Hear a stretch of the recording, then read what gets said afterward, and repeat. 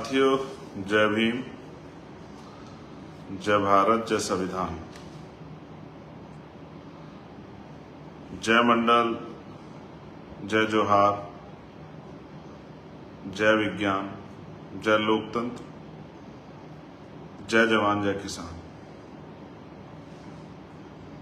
आज का लाइव, वैसे तो मैं पूरे दिन ही लाइव था और पूरे दिन में जो कुछ चल रहा था उस पर नजर बनाए हुए था। आंदोलन में भी मैं हिस्सा लेने के लिए सड़क पे भी उतरे थे, लेकिन आज मेरी कुछ और ड्यूटी थी, मैं उसको भी निभा रहा था कि कहीं कोई इस तरह की बात ना हो। सर्वप्रथम मैं बहुजन समाज में जन्मे सभी संतों, गुरुओं और महान पुरुषों को नमन करता हूं। मैं अगर उनके नाम लेने लग जाऊंगा तो बहुत सारा समय भी जाएगा और किसी ना किसी एक आधे महान पुरुष का नाम छूट भी जाता है, तो मैं सभी को एक बार में ही नमन करता हूं। वो महान पुरुष जिन्होंने अपना पूरा जीवन बहुजन समाज के लोगों को अपने पैरों पे खड़ा करने के लिए लगाया, मैं ऐसे हर एक महान पुरुष को नमन करता हूं। साथ साथ आज मैं पूरे देश के बहुजन समाज को भी नमन करता हूं। आज आपने संविधान की रक्षा के लिए, आरक्षण की रक्षा के लिए, देश की रक्षा के लिए, अपने अधिकारों की रक्षा के लिए जिस तरह का प्रदर्शन किया है वो काबिले तारीफ है। इसलिए मैं देश के बहुजन समाज के हर एक नौजवान को बहुत बहुत धन्यवाद देता हूं, बहुत बहुत उसको मैं उनके लिए मंगल कामनाएं करता हूं। उन माओ बहनों के लिए भी जो सड़कों पर निकली, उन बड़े बुजुर्गों के लिए भी, तमाम संगठनों के लोग जो सड़कों पे आए, मैं उनका भी बहुत बहुत अभिनंदन, स्वागत करता हूं। और मैं ये जो ऐतिहासिक भारत बंद सफल हुआ है, मैं इसकी जितनी प्रशंसा करूं उतनी कम है। ये किसी मेरे अकेले या एक पार्टी संगठन ने नहीं, ये आप सब लोगों की मेहनत के कारण हुआ है। मैं इसका श्रेय आपको देता हूं। ये एक शुरुआत है, ऐसे बहुत सारे मौके हमारे पास आएंगे, क्योंकि जो लोग सत्ता में बैठे हैं वो तमाम तरह के षड्यंत्र, तमाम तरह के प्रयास करेंगे और लगातार साजिश करते रहेंगे कि बहुजन समाज के लोग वापस 1950 से पुराने हालातों में चले जाएं जैसे 1950 से पहले थे। लेकिन आपको, मुझे अपने प्राणों की बाजी लगाकर और संघर्ष करके अपने हक वंचित समाज के अधिकारों को बचाना है और उन अधिकारों को समाज तक पहुंचाना भी। मैं पुनः आपको ऐतिहासिक भारत बंद, संवैधानिक, शांति प्रिय और संघर्ष का जो एक उत्कृष्ट नमूना आज आपने पेश किया देश भर में, मैं पुनः आपको धन्यवाद देता हूं और आप बधाई के पात्र। हमने 2 अप्रैल 2018 से सीखा था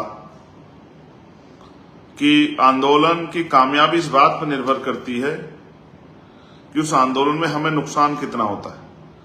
मैं आज इस बात में बड़ा बेहद आपके संघर्ष से, जिस तरह से अनुशासित रूप में आप लोगों ने संघर्ष किया, मैं इसके लिए भीम आर्मी आजाद समाज पार्टी के नेता, कार्यकर्ता, जमीनी साथी,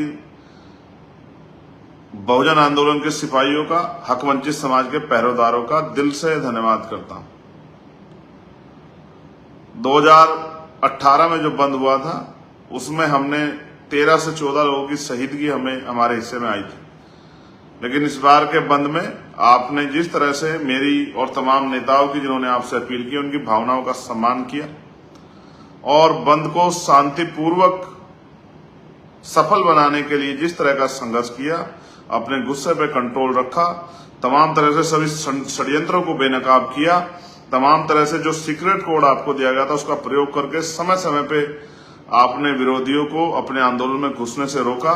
इसके लिए मैं आपका धन्यवाद देता हूं। सम्मानित साथियों, आपने देखा एक ऐतिहासिक भारत बंद, अधिकारों के लिए धार्मिक आयोजनों में हम लोग इकट्ठा होते हैं, लेकिन संघर्ष के लिए इकट्ठा होना ये खुद में काबिले तारीफ है। मैं चारों तरफ नजर बनाया हुआ था, कई जगह घटनाएं भी हुई है, जैसे जहानाबाद में मारपीट ही की गई है कार्यकर्ताओं के साथ, बहुजन समाज के लोगों के साथ। जिस तरह से पटना में लाठीचार्ज की गई है, वो दर्द भी मैंने देखा। कई जगह पे छिटपुट एक दो दुर्घटनाओं की, मुजफ्फरनगर में भी एक दुर्घटना हुई, एक्सीडेंट। कई ऐसी घटनाएं भी मेरे संज्ञान में आई। सुबह संभल में, मुरादाबाद में, जौनपुर में जिस तरह से कार्यकर्ताओं को पकड़ा गया, हाउस अरेस्ट किया गया, उनको अमरोहा में, उनको संभल में जिस तरह से रोका गया पुलिस द्वारा, जिस तरह से सड़क से आकर रोकने की बजाय रोककर वहीं मूर्तियों पे और धर्मशालाओं में ज्ञापन दिलाने के लिए मजबूर किया गया, जो लोग सड़क पे आए उनको थाने में बंद कर दिया गया। ऐसी बहुत सारी सैकड़ों घटनाएं हमारे संज्ञान में आई और लगातार हमने उस पर काम करके प्रशासन को चेताने का, अपने लोगों को रिहा कराने का और तमाम तरह की जो परेशानियां उन्होंने खड़ी की उसको, उन परेशानियों को खत्म कराने का प्रयास किया। लेकिन साथ साथ सम्मानित साथियों, मुझे आपसे कहना है, ये जो संघर्ष हमने किया ये मेरा अपना संघर्ष नहीं है या किसी एक आदमी का संघर्ष नहीं है, समाज के अधिकारों को बचाने का संघर्ष।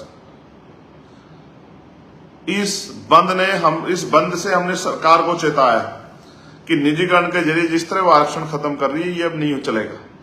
ठेकेदारी, लेटरल एंट्री, संविदा, आउटसोर्सिंग के जरिए जिस तरह से सरकारी नौकरियों को खत्म किया जा रहा है ये अब नहीं चलेगा। अब मैं सड़क पर तो हूं लेकिन पार्लियामेंट में भी हूं। मैं आपको वचन दे कहता हूं कि पार्लियामेंट में इस मुद्दे को जोर शोर से हम लोग उठा के सरकार का ध्यान आकर्षित करेंगे और मजबूर करेंगे कि वह अध्यादेश लाके आरक्षण को संविधान की 9वीं अनुसूची में डालें।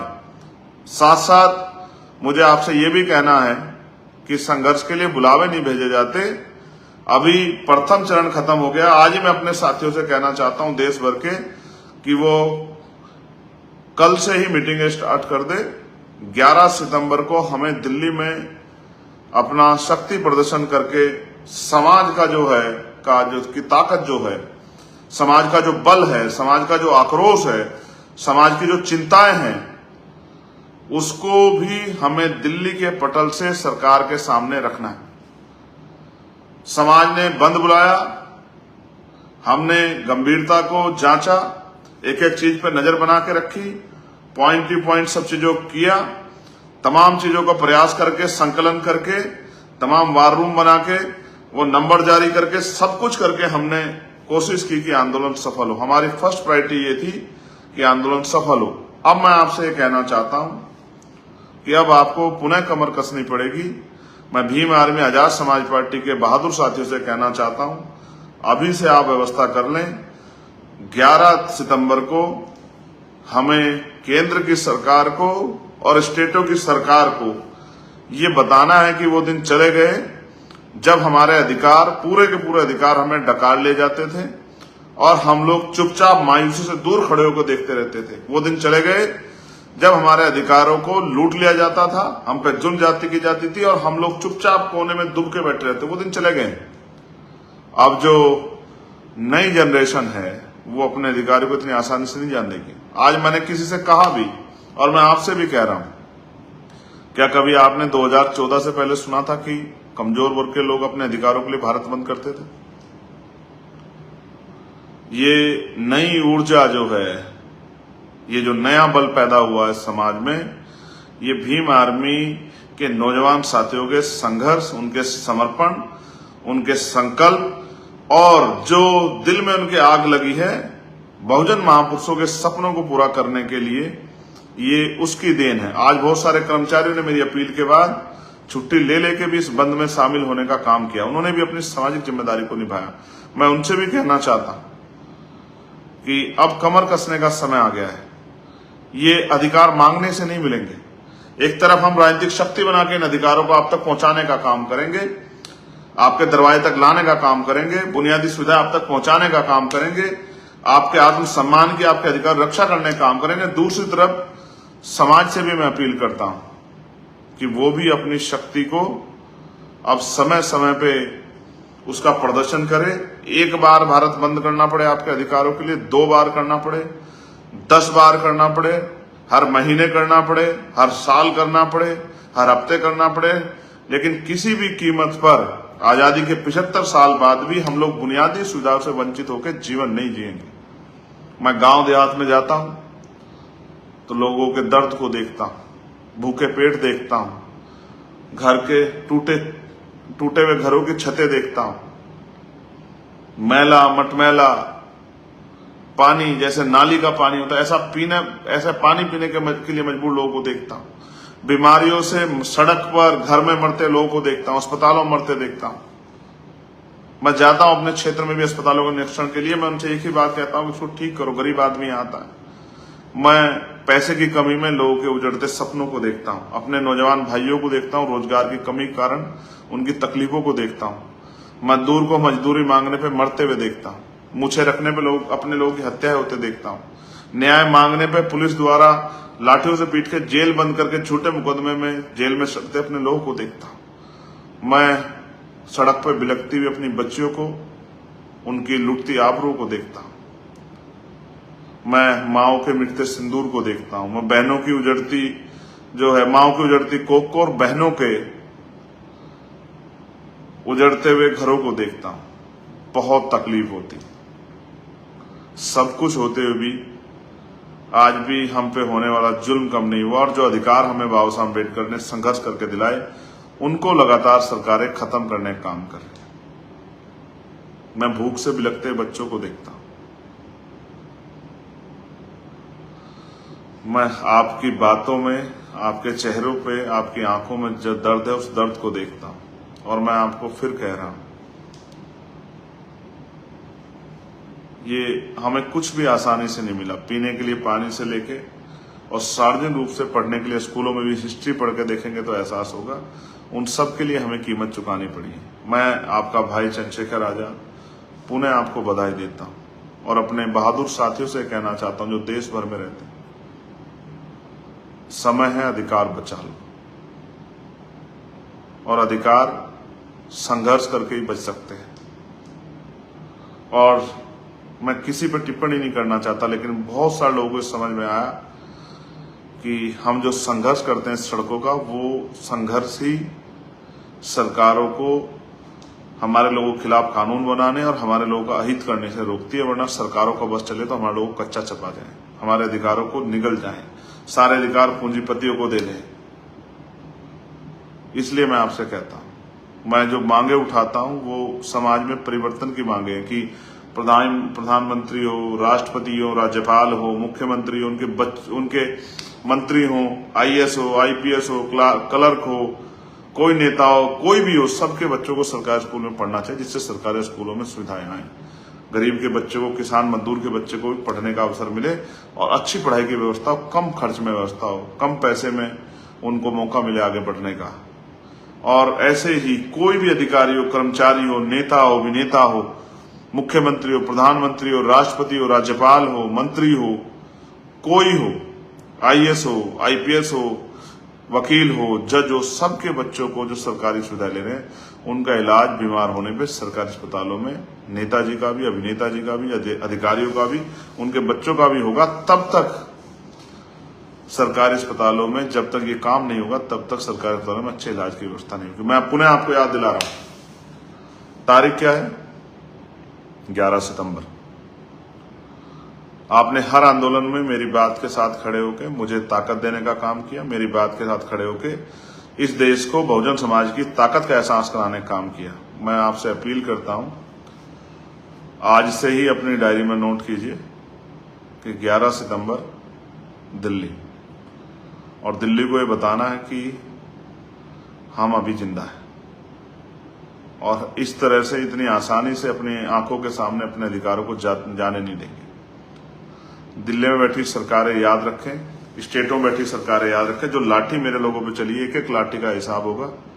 ये बात मेरी आप याद रखना। मैंने सुबह भी कहा था, कल भी कहा था, अगर कोई सरकार हमारे लोगों पे लाठी चलाएगी तो उसका तख्ता पलट करने का काम, उसकी कुर्सी खींचने का काम उसको जमीन पे पटकने का काम उस सरकार को हम लोग आने वाले कल में करेंगे। और मैं आपसे आग्रह करता हूं, अब तो जागो प्यारो, अब तो नींद से जागो, अब तो आंखें खोलो।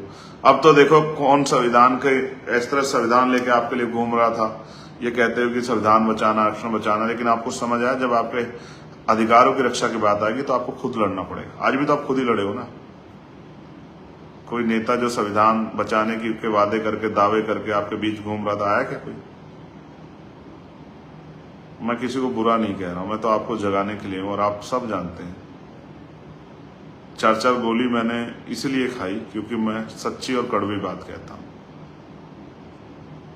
इन नेताओं का बस चले, जो नेता यहां दिल्ली में बैठे हैं, इनका बस चले तो मुझे अगले दिन का सूरज ना देखने दे, क्योंकि इनको लगता है कोई है जो खड़ा हो गया गरीबों के लिए। इनके झूठ और गरीबों की तकलीफों के बीच, जो इनके झूठ को बेनकाब करता है और गरीबों की लड़ाई को पार्लियामेंट में भी उठाता है, सड़कों पर भी उठाता है। मैं मेंबर ऑफ पार्लियामेंट बना हूं, लेकिन मैंने अपने तेवर नहीं छोड़े, मैं लड़ना नहीं भूला हूं, मैं सड़कों का संघर्ष नहीं भूला हूं, मैं तपती गर्मी में आंदोलन करना नहीं भूला हूं, मैं कई किलोमीटर नारे करते हुए अपने लोगों को जगाना नहीं भूला हूं, गांव-गांव जाके लोगों को समझाना नहीं भूला, मैं संघर्ष करना नहीं भूला हूं। मैं आपका आजाद हूं, मैं आपका चंद्रशेखर आजाद हूं, इसलिए आपसे कह रहा हूं। मैं आपका सिपाही हूं, मैं आपका कार्यकर्ता हूं, इसलिए आपसे कह रहा हूं। कोई दिखा आपको कि हमें संविधान बचाना है, देश बचाना है? कोई दिखा आपको? आपकी लड़ाई में आगे खड़ा होता हो कि आप मत जाओ, हम हैं? ये आपकी लड़ाई है सर। जब आपके अधिकारों की बात होगी तो आपको खड़ा होना पड़ा। आप किसी को वोट दे दो, कोई फर्क नहीं पड़ता किसी को। जैसे उनका मतलब निकलेगा, फिर आपको अपनी लड़ाई खुद लड़नी है, आपको अपने घर की रक्षा खुद करनी है, आपको अपने ऊपर होने वाले जुर्म का जवाब खुद देना है। समझदार हो, इशारा काफी है। अब तो जागो, अब तो कठपुतली मत बनो किसी की।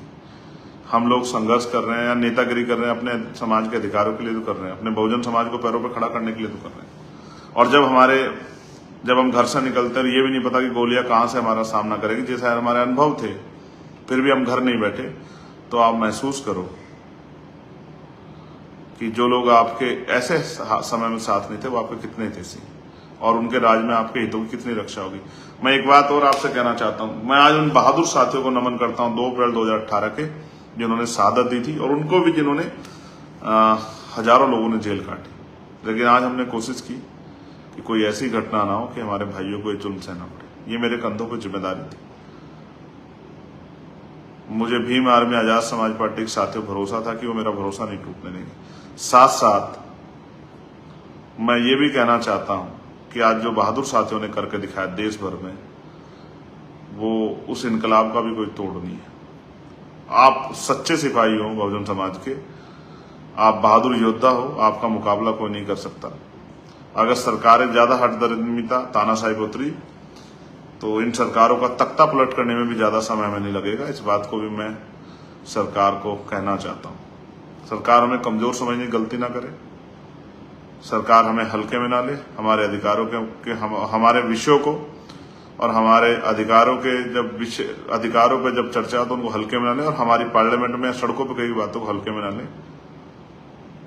हम अब ज्यादा इंतजार नहीं करेंगे कि हमारे लोग गरीबी, बेबसी, लाचारी, बीमारी, तमाम तरह की परेशानियों में सड़ते रहे और हम लोग आपके भरोसे बैठे रहे। आपने मुझे सुना, आपने मेरी बात के साथ खड़े होकर पहरा दिया, आपने मुझे ताकत दी, आपने मेरी हिम्मत बढ़ाई। मैं आपको धन्यवाद करता हूं, और मेरा भरोसा है कि आगे भी इस तरह से मेरी एक आवाज पे आप मेरी ताकत बढ़ाते रहेंगे, आजाद समाज पार्टी भीम आर्मी को ताकतवर बनाते रहेंगे। अब मैं 11 सितंबर को बिना निमंत्रण के आपका इंतजार करूंगा कि आप अभी से अपनी तैयारी कर लें। जिन साधनों से आप आने वाले हैं, ट्रेन, बस, छोटी गाड़ी, जिस भी साधन से आप आने वाले हैं, आइए और बताइए देश को कि अब नहीं चलेगा। संघर्षों के साए में घनघोर जवानी पलती है और इतिहास दर झुक जाता है जिस ओर जवानी चलती है, और जिस ओर जवानी चलती है उस ओर जमाना चलता है। जवानी जिंदाबाद, बहुजन समाज जिंदाबाद, बहुजन महापुरुष जिंदाबाद। आज का पूरा श्रेय मैं आप सभी योद्धाओं को और बहुजन समाज के हमारे महान पुरुषों को समर्पित करता हूं, जिनके संघर्ष से पढ़ के हमने यहां तक का ये सफर तय किया। धन्यवाद। जय भीम, जय भारत, जय मंडल, जय जोहार, जय